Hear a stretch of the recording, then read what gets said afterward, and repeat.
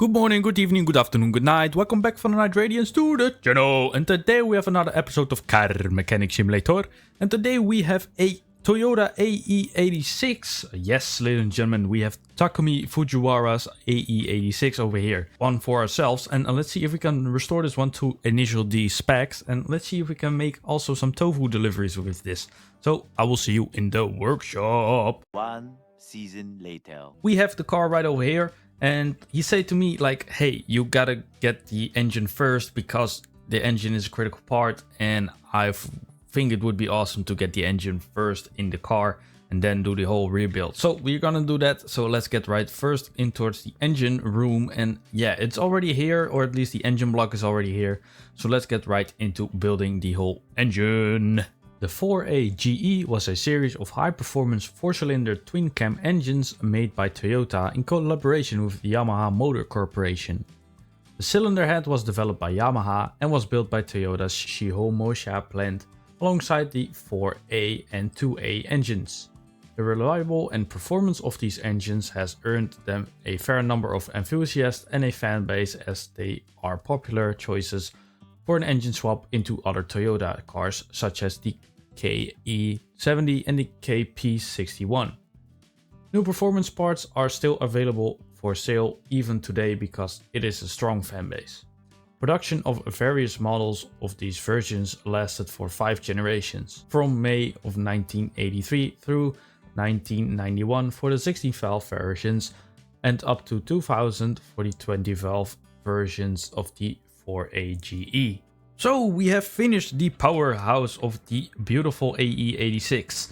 Now this is a very compact engine. Well, it's an inline 4 engine, so they are relatively easy to build, but we currently have to leave this one standing because we don't have a clean car yet. So I think we should get this one stripped and ready to get basically the weld job, and let's see if we can do that. So let's go stripping this vehicle down towards its bared shell. The AE86 series of the Toyota Corolla 11 and the Toyota Sprinter Torino are small front-engine and rear-wheel drive models within the mostly front-engine front-wheel drive 5th generation Corolla, the E80 range, marketed by Toyota from 1983 to 1987 in coupe and liftback configurations.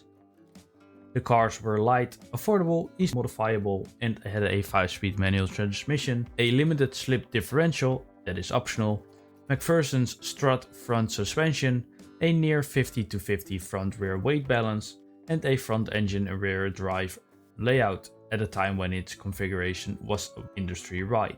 In certain areas of the world, and optional in others, it was powered by a high-revving 7800 RPM twin-cam engine. The AE86 would go on to inspire the Toyota 86 from 2012 to the present model year, a 2+2 sports car jointly developed by Toyota and Subaru, manufactured by Subaru and marketed also as the Toyota GT86, Toyota GR86, Toyota FT86, the Scion FRS and the Subaru BRZ or BRZ. And there we have it, the fully stripped AE86. Now let's get the welder over here because we want to restore this vehicle for sure. Now let's see, how much does it cost? 1100 bucks, not that bad to restore this beautiful car. And now, well, that is done. Let's get the new engine in. Let's see, there we go. Take it off the stand. Okay, it's heavy, but it's not that heavy. Okay, almost there in the new car. Oh, this way, no, oh, come on. Almost at the crane, there we go. And install new engine. Yes, there we go. And the powerhouse is in. Let's see how it looks. Well, it is a very clean engine. It's an inline 4, like I said, and it's probably going to be a little bit powerful for its engine size because it should be like a 2 liter or something, or 1.6 liter. And yeah, this should be making a lot of power. So the engine standard makes, I think it was like 130 horsepower and 168 newton meters of torque. So this one will definitely gonna be pushing out maybe 200 horsepower and about 250 newton meters of torque, but we have to see and wait. Now let's get this one restored as well, shall we? So let's get right into it. The nameplate Torino derives from the Spanish word for thunder. The 11 derives from the Middle English for lightning.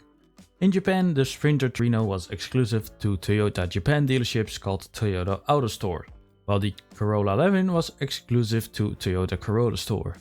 The name AE86 derives from Toyota's internal code during the car's development, designating the 1600cc rear-wheel drive model from the 5th generation for the Corolla. In Toyota's code language, the A designates the car's engine, the 4A series. The E designates Corolla's 8 designates the 5th generation, the 80s series. The 6 designates the variant within the generation.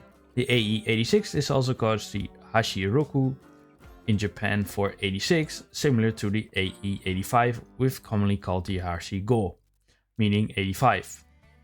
Bracketing a minor external facelift, models marketing between 1983 and 1985 are called Zenki, early period, and those marketed from 1986 to 1987 called Kauki, later period. In 1986, Toyota marketed a limited edition model for the AE86 as the Black Limited model.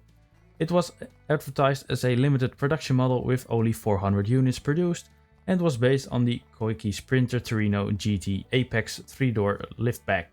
And there we have it, the fully restored AE86. Oh, look at that bumper and that hood combination. Ooh, I love it, I love it. And the rear bumper, also very, very nice. Although we cannot put like a very awesome exhaust on it, it is still a good looking car. Now we just do have to paint it and get it towards the dyno. So I guess we have to do that. So I will see you at the paint shop. 5 minutes later. So we have arrived in the paint shop. Now let's see if we can give this car a beautiful color.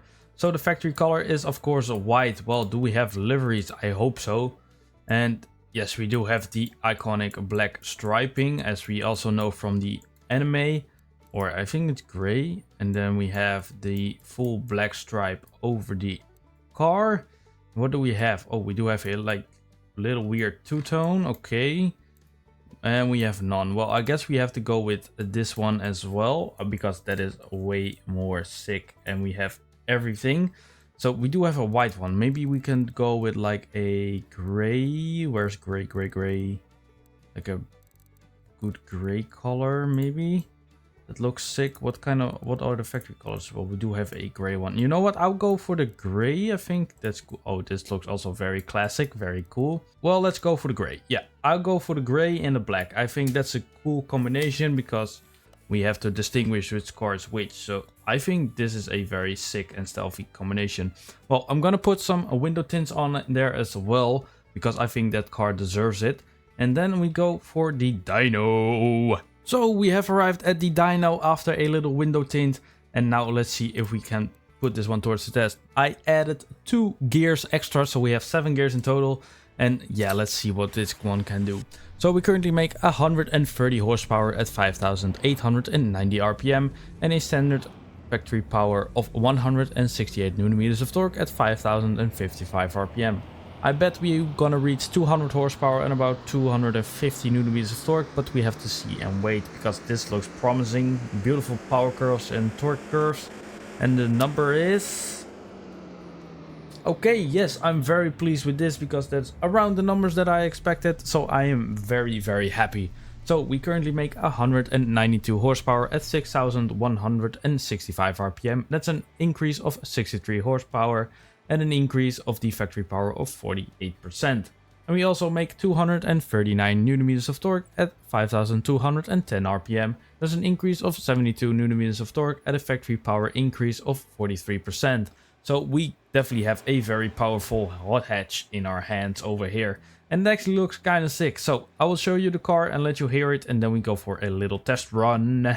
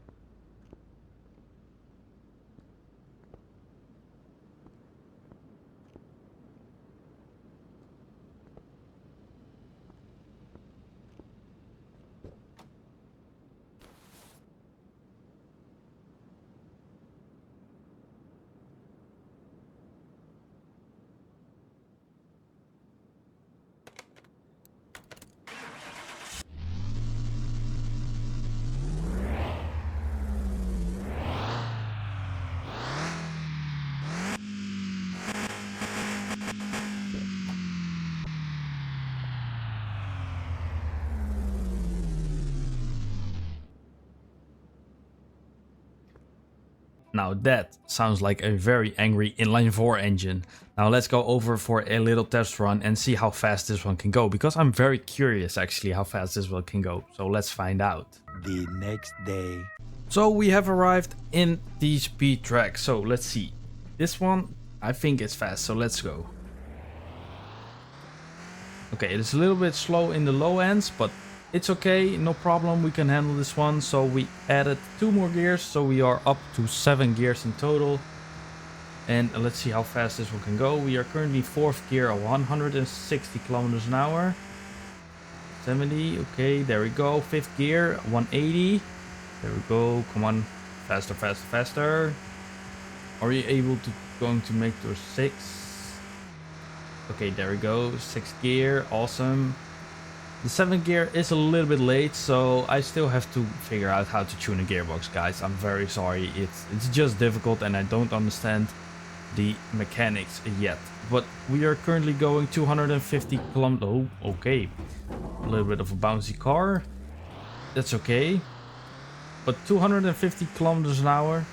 Oh, there we go, going for the drifts. And let's see if this one can handle pretty well on a straight line. So it is a rear-wheel drive car, but hey, that should be... Oh, there we go, wrong button, press the wrong button. But it's a rear-wheel drive car because, yeah, it's a drift car basically. Or at least in the initial D anime. But yeah, it handles very nicely. So yeah, that should be able to do it for the test today. 1 season later. So we have arrived at the garage, as you can see, and we have the beautiful car over here. So what are the numbers? Well, let's see and find out. So we currently have a fully 100% car. That is very nice. We also have a very tuned engine with an increase of 47.8% increase. That's very, very decent. And it makes very much a lot of power for this engine. Do we have all the parts? Yes, we do. Otherwise, we cannot get the 100% over here. So that is a good sign. Now, the most important number is how much money can we make? And that is... Okay, not as much as I was expecting, but hey, still a very decent amount of profit for sure. So we currently can sell the car for a maximum value of 81,321 credits, and we can make a solid profit of 77,441 credits. So that is a very decent number, and I'm very happy to see that. I was expecting around 100 and 110, but hey, it is still okay for a beautiful car like this. So what are we gonna do with this one? Maybe sell it, maybe we're gonna keep it.